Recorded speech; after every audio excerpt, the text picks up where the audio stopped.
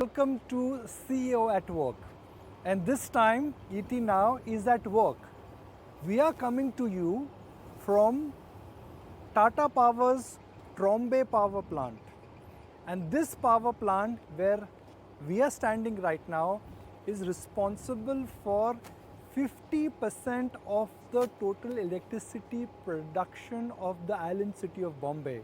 So yes, in Mumbai we are spoiled with good quality power, no power cuts, and that's really thanks to this lovely power plant at Trombay, which is managed and the electricity generated by Tata Power. It gives me great pleasure to welcome and bring on board Mr. Praveer Sinha, CEO and Managing Director of Tata Power. Thank you for having us over.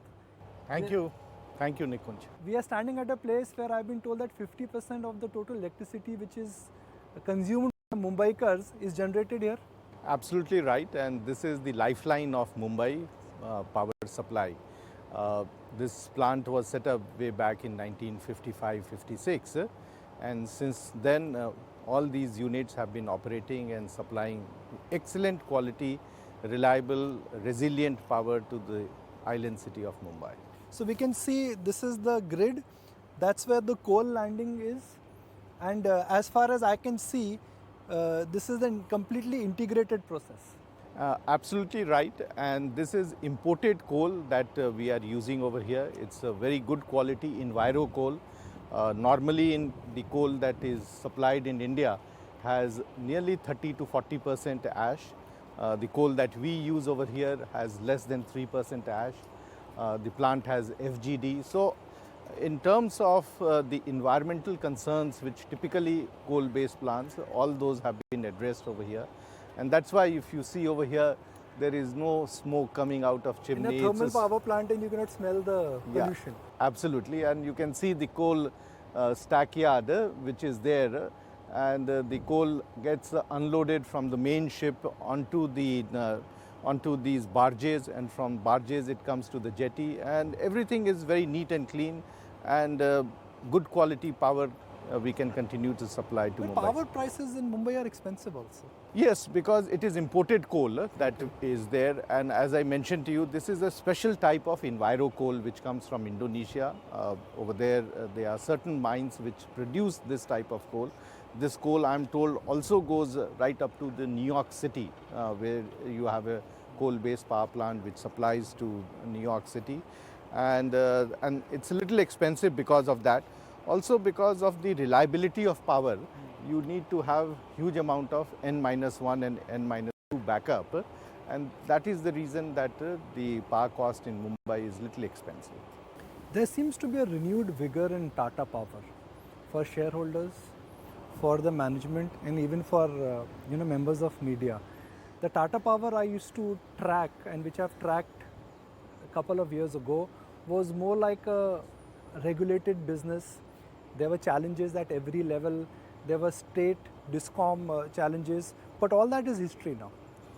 I agree with you that during the decade of 2010, we went through a very difficult phase. We had the Mundra issue. We've come out of that, many of the legacy issues that we had. We have also consolidated many of the investment that we did outside India. We divested from that, and all those money have come back, and whatever money that now we are putting is giving us good returns. So that's why you see our performance has improved drastically in last few years, whether it is in terms of revenue or it is in terms of the PAT or EBITDA or the returns on capital employed. And I think going forward, many of the new investments that we are going to do will give us much better results and much better yields. And you will see a very different Tata Power, which is all set for next 100 years.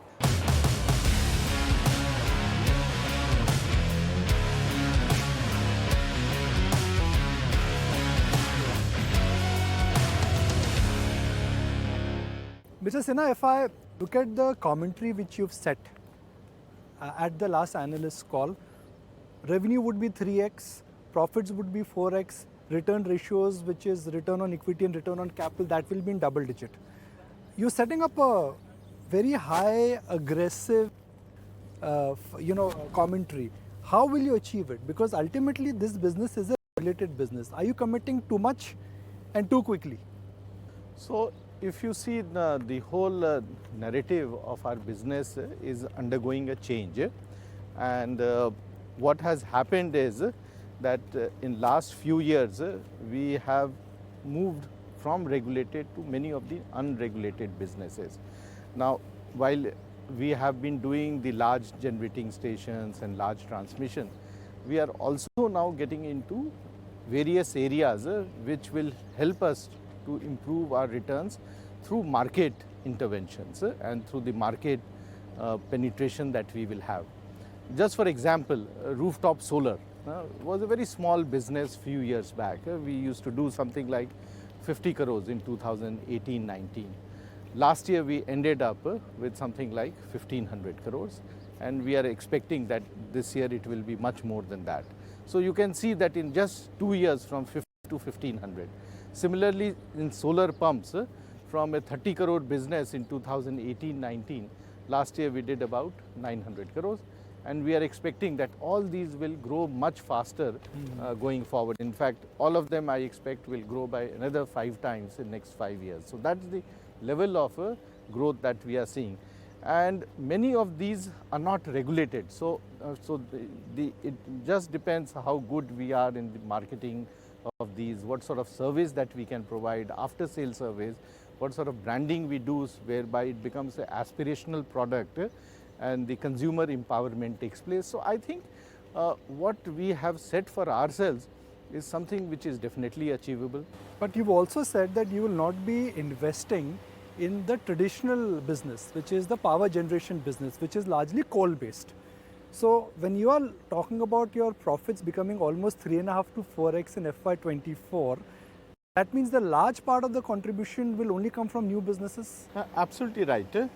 Many of the new business, whether it is the utility scale, renewable of 2 gigawatt that we will add every year, or it is the rooftop solar or the solar pumps, or the manufacturing. We are setting up the first 4 gigawatt cell and module manufacturing plant. In fact, we have been running a 500 megawatt cell and module plant for last 30 years. Not many people know that we were one of the first, not only in our country but globally also, to set up manufacturing for cell and modules in Bangalore in 1992. So I think many of the things that we are doing, we were suboptimal earlier, we are now going to scale, and all these will give us the type of opportunities that we earlier thought was never possible. And what we have set for ourselves, we have a very clear-cut roadmap. It is not that it is something which has just come as on a whiff. We have a clear-cut roadmap of implementation. How do we deploy it? How do we train our manpower to take up the leadership position? Expect the traditional generation business to grow, or it will just be a low growth business now? So our traditional business, which is our thermal coal, will not grow. Okay. We have taken a stand that we will not add any coal capacity. Of Yes. course, some gas capacities will get added, especially for some of our group companies where the Those small projects. Yeah, those are small projects, not very large projects. Some hydro capacities will get added in terms of pump storage activities. But the main growth will come out of our renewable business, and that includes everything from manufacturing to EPC to utility scale to rooftop to solar pumps. EV business will grow very much. We will become the pan-India largest suppliers as well as a service provider of EV charging. We will also grow. Can that be a needle-moving business for you? Not at present. We expect that once the penetration of electric vehicles increases, then it will become, because that many more homes will require. Everyone who buys an electric vehicle will have a home charger. They will require public charging for topping up the charging that they require to do. Buses will become, public transportation will become electric vehicle. So we will definitely see a huge amount of growth and momentum. But I would not say that it will really be a big number. in terms of both revenue and in terms of the returns, but it will be a substantial number. The big numbers, of course, are renewable. Big numbers will also be in What would be the distribution. numbers like? I don't have exact numbers, but I can definitely share with you that it is the present our renewable capacity is 4 gigawatt and another 1.5 is under implementation. We expect that by 2027 we'll become something like 20 gigawatt. So almost 5 times of what you currently have. Absolutely. That is only in solar. That is only in renewable, Only renewable. which includes solar, it will include the wind, it will also have... Wind is small for you. No, we are today 1 gigawatt of wind, and the new solutions that we are giving are hybrid solutions of solar and wind together. We'll also have some of storage solutions coming up, because when you have to give 24/7, you need to ensure that you have power during periods when this sun or the wind power plants are not generating. And I think we will also be integrating with some of the other solutions that we have in mind. At some stage we will integrate hydrogen also, so that we are able to give a consistent supply of power to the consumers. So the place where we are standing, this power plant behind us, Yes. it is an operational power plant. This is operational. This is a gas-based Okay. unit of 180 megawatt. Okay. This is a coal-based unit of 500 megawatt. And then if you see on the right-hand side, that's the 250 megawatt. How come it does not, we are standing in an operational power plant. Yeah. As we speak, the machines are on, the turbines are moving. Yeah, absolutely. I cannot feel anything. I cannot smell anything. How are you managing it in the middle of the city? Because this is again the old traditional thermal and gas-based power plants, oil power plants. Yeah, this is a gas-based, this is a coal-based, and the type of operations that we do, we ensure that there is absolute cleanliness. You would see, Yes, I can there's see a greenery, the beautiful parks around garden us, yes. around the plant. There is no sound. So this is the DNA of the company, whereby we run plants very efficiently. See, there's a lot of greenery and a lot of mangroves are there. Yes. And we have been protecting that for last more than 60 years. In fact, the mangrove area has increased over a period of time. And we take pride that we do all our work taking care of the nature, taking care of sustainability. You know, I must share with our viewers that we are standing in power plant, which is a gas-based power plant, a thermal power plant, and there is absolutely no sound. It feels like ET Now studio, where you can actually, it is completely enveloped with the outside sound, and that is, I think, the point which I just want to bring out to our viewers, that yes, power plants, if managed well, in middle of the city, they can be GHG compliant. At the control center of the Tata Power Trombay plant. And this, in a sense, is the place from where the large part of Mumbai's distribution and transmission is controlled. So, Mr. Sinha, tell us about this place. So this is the control center for the transmission supply that goes to Mumbai, the whole of Mumbai. For the distribution, it is the control for South Mumbai and part of North Mumbai. So all the consumers of BEST and all the consumers of Tata Power distribution, we control the supply of electricity to them. For transmission, of course, the whole of supply comes over here, and it controls the supply that is given to the Mumbai city. So what you see over here is a real-time supply of power, which is from the embedded generation, which is in Mumbai. Generated here. Which is the Trombay plant, from where nearly 930 megawatt is generated. And then we have the hydro plants, which is another 450 megawatt. And then there is the Dahanu plant, from where 500 megawatt comes. Over and above that, of course, there is, based on the load requirement, the supply comes through the transmission system from outside Mumbai into Mumbai. And you can see today's load, which is about 3,400 megawatt, that is supplied. And it is supplied again, there are different types of power plants from where the power comes. There are solar plants, there are wind plants, there are hydro plants in other parts of Maharashtra, there are coal-based plants from other parts of Maharashtra as also from other states. So all that comes here and is controlled on real-time basis based on the necessity of the plant to operate and also on merit order. So it's actually the nerve center of supply of electricity. You are distributing power in Orissa, something which we spoke about. You are distributing also in parts of Rajasthan. Bombay really has been a big success story. How large can the distribution business become for Tata Power? Because as more and more efficiency has to kick in, distribution efficiency now is something which has been the need of the hour. So we have 9 million consumers in Odisha. We have about 1.7 million consumers in Delhi, and we have 0.7 million consumers in Mumbai. Now, this business in the private sector, we are the biggest with 12 million customers. Rest of the private companies have about 6 million customers. So to that extent, we are the biggest in the country. Is this an annuity business?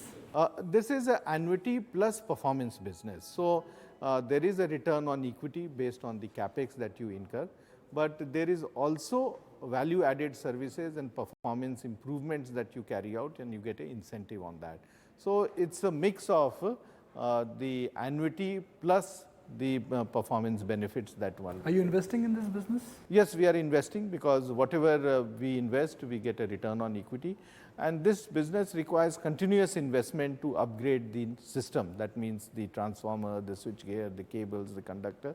Also, the load increases. So over a period of time, we have seen that the consumption patterns have increased, new colonies have come, new buildings have come, new office complexes have come, and you need to cater to that requirement. Like Mumbai, a lot of metro stations have come, the new stations, and we need to ensure that the supply is given to them also. And these are requirements of any growing city or any growing state to that extent. The Tata Group now at various group levels, even at Tata Sons level, is merging the subsidiaries.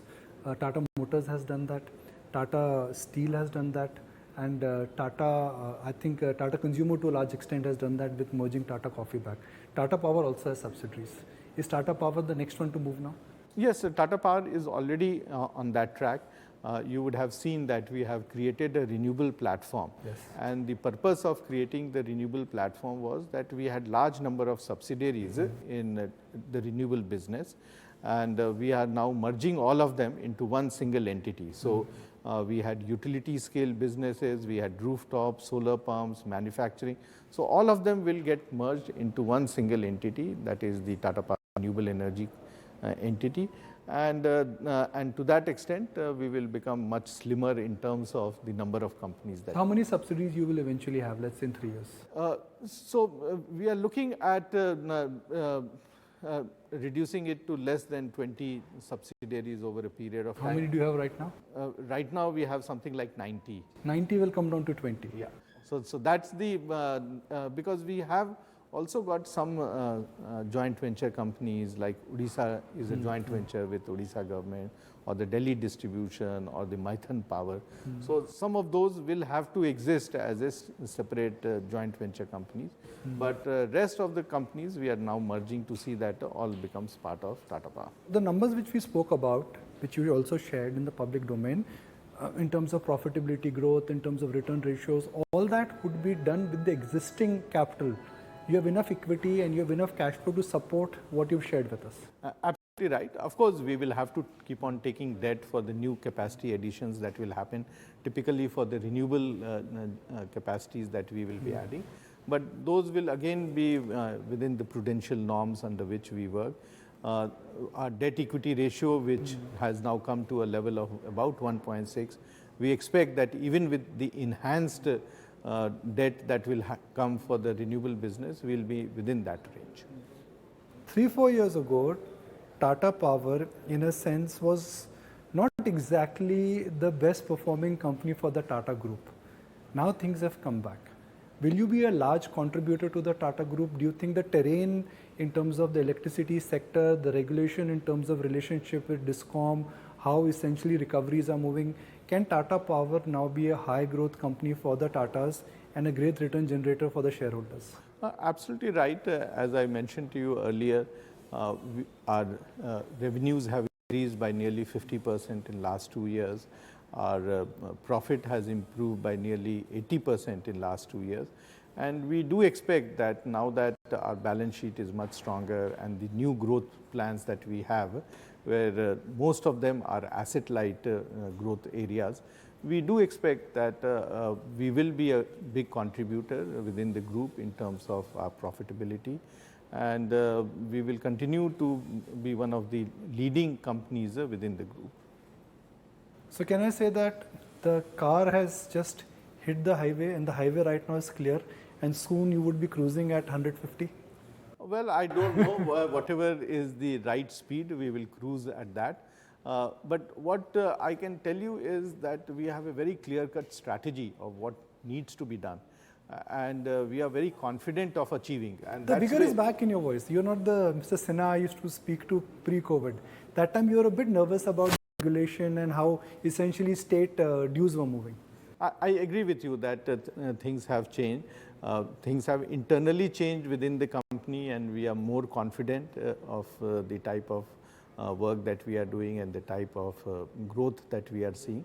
We are also seeing that there have been changes, systematic changes also in the policy environment, in the regulatory environment, and all those are giving us the confidence that we are on the right track. We will be big players in renewable, we will be big players in EV, we will be big players in the distribution business and transmission business. In fact, recently we won some of the stressed assets which were there. And our existing operations will continue to perform very well because our existing operations continues to give us huge amount of cash for our growth businesses. So I personally feel that we are in a good wicket right now. Our growth trajectory that we have shared, we are confident of achieving it. The DNA of the organization is of innovation, of doing new things, and we will continue to follow that in the future years. What is that one thing that keeps you charged up personally? You in the power business, you have to really keep yourself also charged up personally. So I think what is important is the type of innovation that is happening. That's for the company, sir, but okay. The Sinha as an individual. As an individual. Do you read a lot? What is your hobby? Yeah, I read a lot. I do a lot of reading, both the normal fiction reading as well as in my subject. I keep on keeping myself abreast with what's happening. I also play a few games, so I end up playing badminton and table tennis, and Sunday golf is something that I always look forward to. If there was a signboard on which you had to put a quote and your favorite quote, what will be that quote? The favorite quote will be that I need to continuously learn. And I think the learning urge, the fire to learn new things, I think that's the most important thing. And the second thing is that we should have the humility to say that I don't know and I want to learn more. And who's one person who's influenced you the most in life? Well, there are a whole lot of people. It is very difficult to say one person, but there are a whole lot of people. There have been a lot of colleagues, a lot of seniors who have been there, parents, teachers. The other day I was looking at my yearbook, the year I passed out from school, and I was seeing the quotes of my then principal, who is no more now. And he had talked about three things in life that as a part of parting gift when we were leaving school, he said. And he said that how important it is to have ethics, the discipline of doing the things right, and caring for people. And I think those stand very good to me, not only as a human being, but also that is as a professional. I find that is always the thing that guides me, and fortunately within the Tata Group these are the ethos on which we live, and I continue to practice that. Well, it's the first time I'm interacting with you post-COVID in person, so really nice to meet you. That warmth is back, nothing like meeting a person, and nothing like meeting someone in person. But thank you so very much on behalf from everyone from ET Now for giving us tour of this wonderful generation unit. I For one never imagined that in middle of Mumbai we could be walking and talking and understanding how power generation is done, how the distribution is done, and a capacity which perhaps is completely ESG compliant. You cannot feel the heat of electricity generation here, and nor can you smell that there is any kind of pollution, even though there's a thermal power plant here. Thank you so very much, and thank you for having us. Thank you very much.